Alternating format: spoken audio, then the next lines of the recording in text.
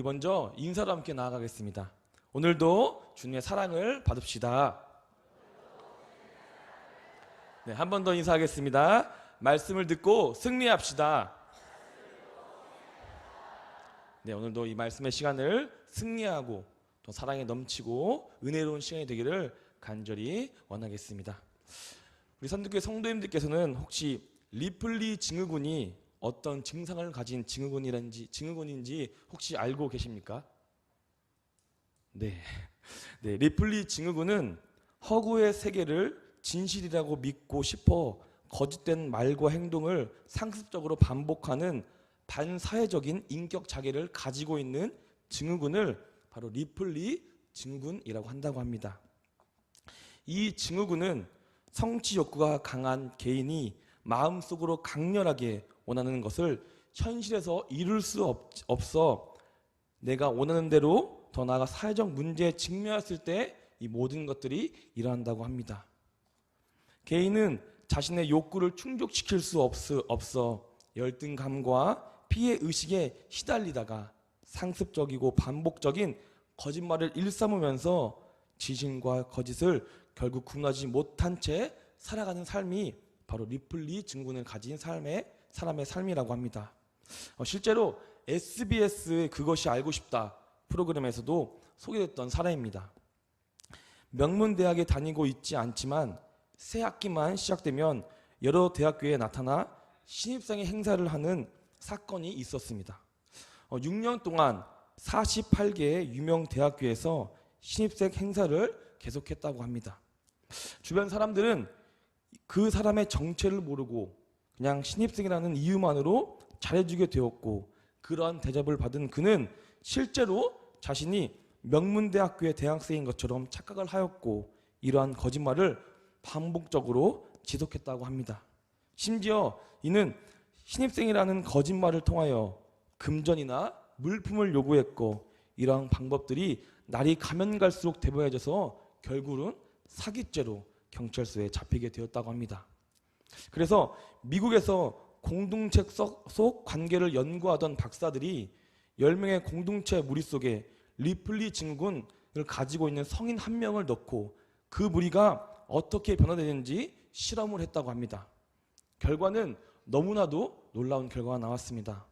가장 먼저 나온 효과는 바로 분열이었습니다. 10명으로 되어 있던 그 무리가 2개의 무리로 나뉘어졌습니다. 10명이었을 때는 서로를 위하고 서로를 아꼈지만 두 무리가 된 후부터는 서로를 헐뜯고 비방하고 욕하기 시작했습니다. 그렇습니다. 거짓말의 가장 큰 결과는 서로 간의 신뢰를 잃어버린다는 것입니다.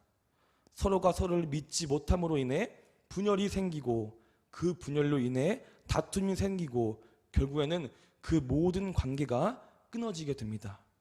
즉 그들의 모든 인생이 파괴된다는 것을 우리는 알 수 있습니다.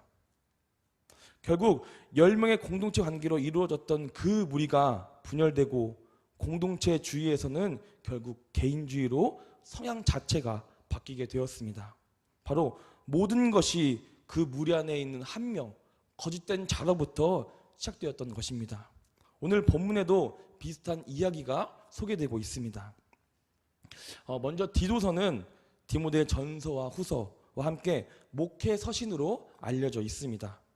목회 서신은 그 지역의 교회를 잘 지도하도록 목회의 규칙과 훈계의 내용들을 교회에 목양하는 제자들에게 보낸 편지가 바로 목회 서신입니다.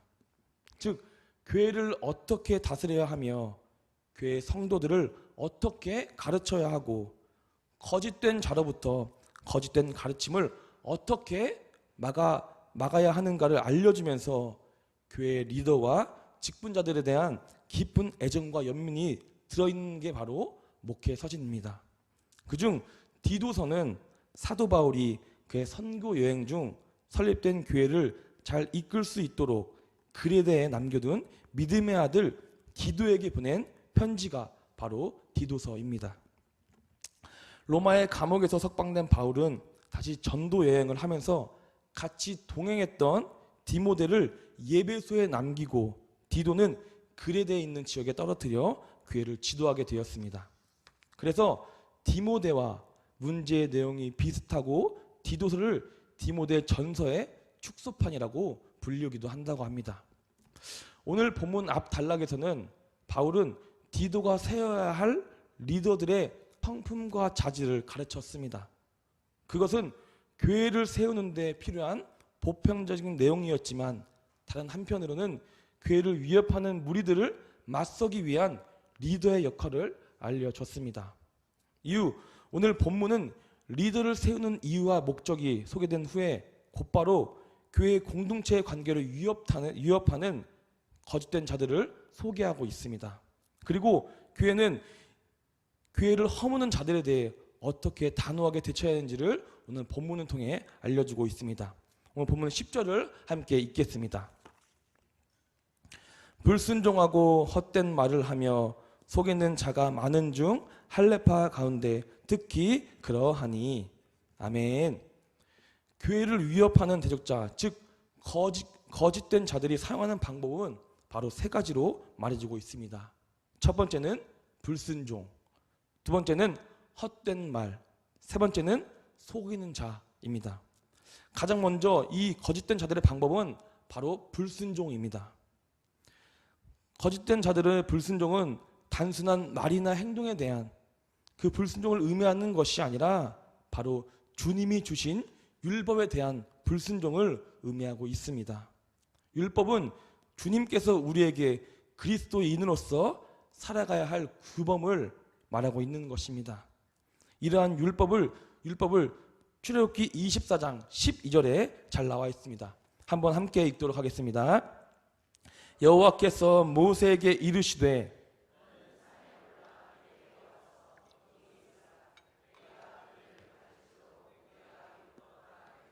친히 기록한 돌판에 내게 주리라.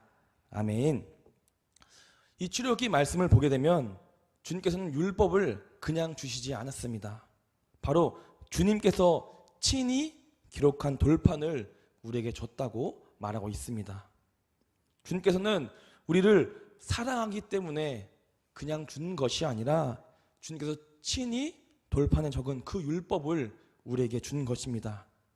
그런 율법을 불순종한다는 것은 단순한 규범을 불순종한다는 것이 아니라 하나님께 불순종하는 것이고 결국은 하나님을 대적한다는 것으로 우리는 알 수 있습니다.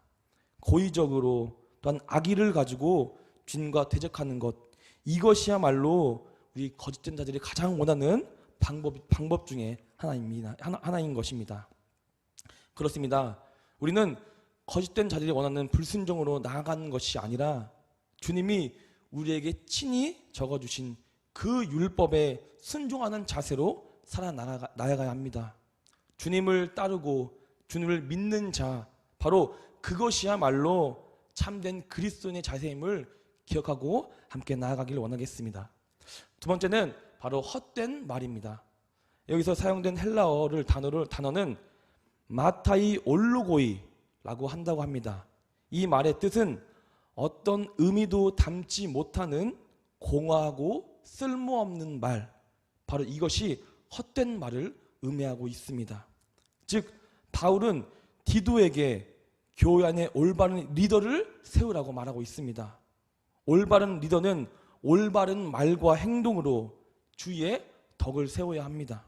하지만 이것을 탐탁하게 못하게 여긴 이 거짓된 자들은 올바른 말과 행동을 방해하기 위해 쓸데없고 무의미한 말로써 그 모든 것들을 혼란스럽게 한 것, 바로 이것이 헛된 말이고 거짓된 자들이 가장 원하는 방법이기도 합니다. 우리는 헛된 말을 하는 것이 아니라 항상 생각하고 항상 마음속에 주님만 바라보며 주님만 생각하는 주님께 중심되는 말로써 그들을 대적하고 그들과 함께 싸워야 한다는 것입니다. 바로 세 번째는 속이는 것입니다. 이것은 헛된 말 이후에 작용을 하게 되는 방법입니다.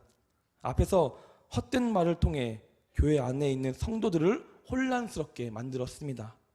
그 후 이제는 혼란스러운 상황을 통해 그들을 속여 잘못된 길로 가게 만드는 것이 바로 속이는 것을 의미하고 있습니다. 불순종, 헛된 말, 속이는 것, 이 모든 것들이 바로 거짓된 자가 원하는 삶인 것입니다.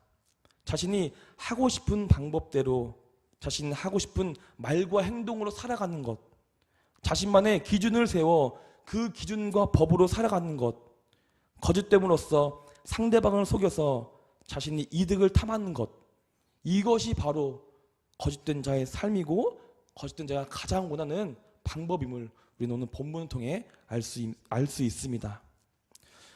교회를 대적하는 자들은 온전치 못한 것을 가르쳤고 결국에는 그 가르침을 따르게 된다면 교회를 넘어 그들의 믿음의 가정가게 무너뜨리게 된다고 오늘 본문은 말하고 있습니다.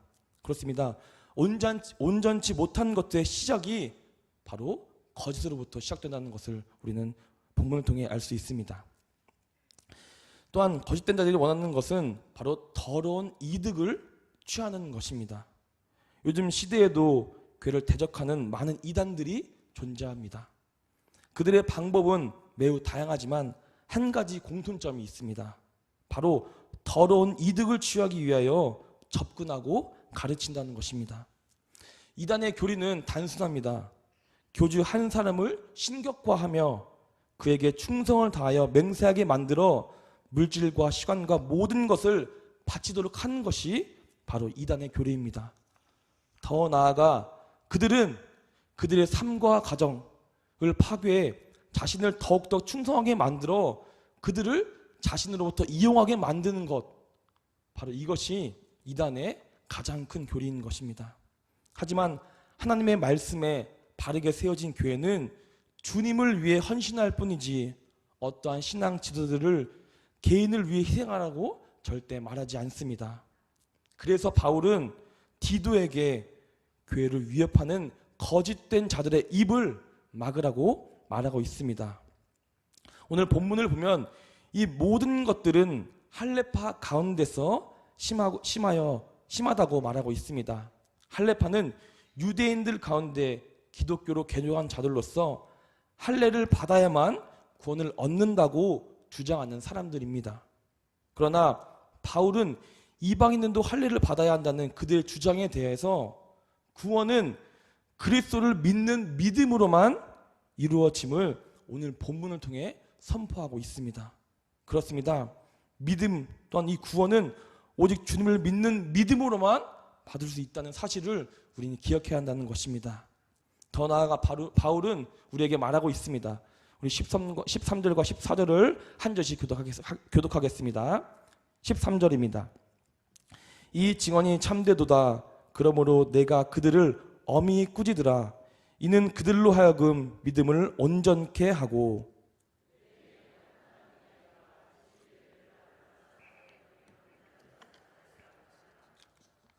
아멘. 그렇습니다. 바울은 디도에게 거짓된 자들의 입을 막는 것을 넘어 그들을 엄히 꾸짖으라 라고 말하고 있습니다. 여기서 엄이라는 단어를 헬라어로 말하면 아포토모스라고 한다고 합니다.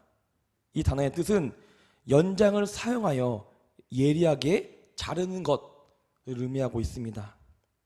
바울은 디도에게 교회 안에 거짓된 자들을 대충 지도하는 것이 아니라 그들을 꾸짖고 훈계하라고 말하고 있습니다.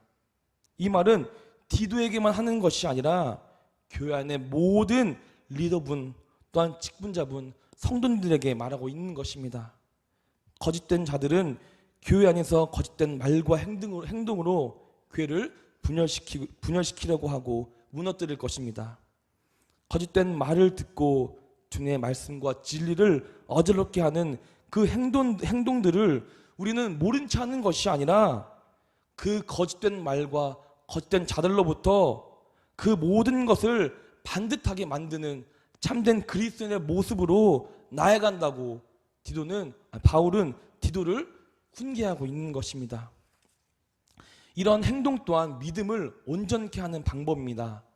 나만 잘 되고 나만 잘 믿는 그런 믿음과 신앙이 아니라 공동체를 위해서 교회를 위해 거짓된 자를 돌이키고 그들의 믿음 또한 회복하게 하는 것, 이 또한 주님의 나라에 다가가고 복음을 전하는 방법이기도 한다는 것입니다. 우리는 우리만 잘 되는 믿음, 나만 잘 되는 신앙이 아니라 내 옆에, 내 뒤에, 내 주변에 있는 모든 성도님들과 함께 나아가는 교회를 우리 함께 만들어 나아가야 한다는 것입니다. 이 모든 것들은 주님이 원하시고 주님이 가장 원하시는 방법인 것입니다. 더 나아가 성경은 말하고 있습니다. 우리 15절과 16절을 함께 읽겠습니다. 15절입니다. 깨끗한 자들에게는 모든 것이 깨끗하나 더럽고 믿지 아니하는 자들에게는 아무것도 깨끗한 것이 없고 오직 그들의 마음과 양심이 더러운지라. 그들이 하나님을 시인하나 행위로는 부인하니 가증한 자요 복종하지 아니하는 자요 모든 선한 일을 버리는 자니라. 아멘. 더럽고 믿지 아니하는 자는 바로 거짓된 자들을 의미하고 있습니다. 거짓된 자들은 외형적인 것에 대한 정결 여부에만 관심을 가진 자들을 의미하고 있는 것입니다. 그래서 바울은 그들을 향해 더러운 자라고 본문을 통해 말하고 있습니다. 그 이유는 외적인 것이 아무리 깨끗하다고 또한 정결하다고 할지라도 믿지 않는 그 모든 것들로 해서 이미 그들은 내적으로 죄로 물들었기 때문인 것입니다. 그래서 바울은 거짓된 자, 그들의 외모가 더러운 것이 아니라 그들의 마음과 양식이 그 내면이 더럽다고 오늘 본문을 통해 말하고 있는 것입니다. 거짓된 자들은 하나님을 체험하고 잘 알고 있다고 떠들어는 내지만 실제적 행동과 행위로는 하나님을 부인했습니다. 그들은 신앙을 입으로는 시인했지만 신앙과 믿음의 대상인 하나님에 대해서는 제대로 알지 못했습니다. 진정한 신앙 고백은 그 가치를 드러나는 행위를 동반해야 하지만 그들은 하나님을 이해하지 못함으로써 인해 내면적인 문제를 저버리고 외형적인 문제만 집중적인 잘못을 저질러 버렸던 것입니다. 이들은 자신들의 생각과 고집으로 인해서 하나님의 진정한 뜻에 귀를 기울이거나 순종하려 하지 않았습니다. 생명과도 같은 하나님의 말씀을 자신들이 만들어낸 허탄한 이야기에 빠져 진리인 말씀을 무시했던 것입니다. 하나님의 영광을 추구하기보다는 자신의 생각과 고집을 앞세웠던 것입니다. 바로 이 모든 것들이 거짓된 자들의 행동해야 되는 결과인 것입니다. 그 결과는 단 한 가지, 바로 죄와 사망의 구렁텅이로 빠지는 것입니다. 그렇다면 우리는 어떠한 모습으로 참된 그리스도인으로 나아가야 할까요? 바로 디모데후서 2장 15절의 말씀입니다. 우리 다 같이 함께 읽겠습니다. 너는 진리의 말씀을 옳게 분별하며 부끄러울 것이 없는 일꾼으로 인정된 자로 자신을 하나님 앞에 드리기를 힘쓰라. 아멘. 진리의 말씀은 어떤 특정한 말씀이 아니라 바로 교회에 있는 모든 말씀을 의미하고 있는 것입니다. 바로 기독교의 가르침 전체를 말하고 있습니다. 또한 그 가르침을 옳게 분별한다는 것은 숙련된 기능공이 연장을 사용하여 단 한치의 오차도 없이 자르는 것처럼 하나님의 말씀을 바르게 분석하여 이단의 거짓된 교리에 단호히 또한 강렬히 대처할 수 있다는 것을 우리는 알 수 있습니다. 그로써 하나님께서 우리에게 주신 사명을 잘 감당하여 하나님이 보시기에 부끄러움이 없을 정도로 최선을 다하여 애쓴 삶으로 우리는 나아간다는 것입니다. 하나님의 일꾼으로서 애써야 할 것은 말씀을 잘 순종하고 이해해서 거짓된 글을 전하는 자들을 대적하고 교회 안에 있는 성도들과 함께 주님의 나라를 소망하는 것입니다. 더 나아가 우리 산들교회가 그 안에 있는 산들교회 성도님들이 주님의 인정을 받기 위해 소망을 간구했으면 좋겠습니다. 여기서 사용된 인정된이란 단어는 시험을 거친 후 받아들여진 것을 의미하고 있습니다. 우리 그리스도인들의 삶은 시험의 연속이라고 말을 합니다. 매번 시험을 당해서 넘어지고 쓰러질 수는 있습니다. 하지만 그 시험으로부터 쓰러지고 좌절하는 것을 넘어 주님께서 주시는 모든 시험을 당당히 견디고 이겨 승리하여 주님께 인정받는 자, 주님이 사랑하는 사람이 되기를 간절히 원하겠습니다. 오늘은 맥주 감사절입니다. 맥주 감사절은 보리추수를 마치고 하나님 앞에 감사 예배를 드리는 날입니다. 상반기 동안 우리의 일거수일투족을 지켜주시고 도움을 주신 것에 대해 감사 인사를 올려드리는 날입니다. 이처럼 우리는 주님께 드리는 것에 힘쓰는 사람이 되어야 합니다. 모든 시험을 이기고 승리하여 주님께 인정받는 것, 이것에 그치는 것이 아니라 더 나아가 모든 영광을 주님께 올려드리기에 힘쓰는 사람이 되었으면 좋겠습니다. 말씀을 마치겠습니다. 바울은 디도에게 교회를 잘 지도하도록 목회 규칙과 훈계의 내용의 편지를 보냈습니다. 바로 거짓된 자들의 불순종과 헛된 말로부터의 속임을 당하고 무너져 넘어가는 것이 아니라 우리의 신앙과 믿음을 굳건히 지켜 그들을 돌이키라고 말하고 있습니다. 아무리 거짓된 자들이 우리를 걸고 넘어지려 하려 해도 우리는 오직 주님의 말씀과 진리만 믿는 참된 교인으로서 하나님의 말씀에 바르게 세워진 교회를 만들어 나가야 합니다. 바로 그런 교회가 산들교회가 되고 그런 성도님들이 산들교회 성도님들 되기를 간절히 원하겠습니다. 산들교회는 그 어떤 거짓된 자들이 와서 유혹을 해도 넘어가지 않고 그들 또한 진실된 자로 만들 수 있는 주님이 원하고 주님이 바라는 빛과 소금의 역할을 잘 감당하는 교회가 되기를 간절히 원하겠습니다.